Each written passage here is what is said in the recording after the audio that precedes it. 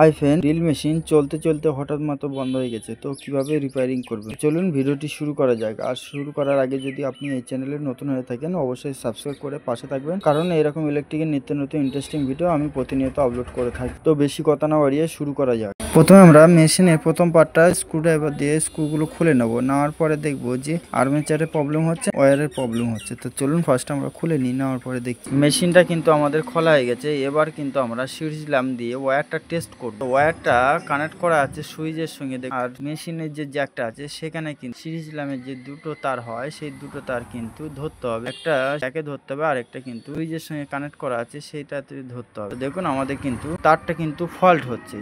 এবার আমরা সুইচের সঙ্গে যে কানেক্ট করা ছিল তারটা কিন্তু আমরা খুলে নিয়েছি। নেওয়ার পরে দেখুন আমাদের তারটা কিন্তু পুড়ে গেছে, যার জন্য করে কিন্তু মেশিনটা চলছিল না। তো এবার আমরা তারটা কেটে দিয়ে তারটা লাগিয়ে দেবো, সুইচের সঙ্গে কানেক্ট করে দেবো যাতে মেশিনটা চলে। তো চলুন আমরা তারটা কেটে নিই। তারটা কিন্তু কাটা হয়ে গেছে। এবার কিন্তু আমরা নিউট্রালে যে তারটা আছে ফার্স্টে সেটা টুইস্ট করে লাগিয়ে দেবো। দেওয়ার পরে কিন্তু আমরা টেপ মেরে দেবো। এবার আমরা ফেজের তারটা লাগিয়ে দেবো সুইচের সঙ্গে। তার আগে আমাদের ফেজের যে তারটা আছে সেই তারটা আমরা ভালো করে টুইস্ট করে নেবো। নেওয়ার পরে রিং করে নিয়ে তারপরে স্ক্রুর সঙ্গে টাইট করে দেবো। মেশিনটা আমরা একটু চালিয়ে দেখবো যে চলছে কিনা। তো দেখুন মেশিনটা কিন্তু চলছে। তো এবার আমরা ফিটিং করে নেবো। নেওয়ার পরে কিন্তু চালিয়ে দেখবো যে চলছে কেমন। আমাদের কিন্তু মেশিনটা ফিটিং করা হয়ে গেছে। তো এবার আমরা চালিয়ে দেখবো যে চলছে কিনা। তো দেখুন মেশিনটা কিন্তু চলছে। ভিডিওটি কেমন লেগেছে অবশ্যই কমেন্টে জানাবেন, আর ভালো লাগলে অবশ্যই লাইক শেয়ার কমেন্ট করবেন। আর দেখা হচ্ছে পরবর্তী ভিডিওতে। তত সময় ভালো থাকবে।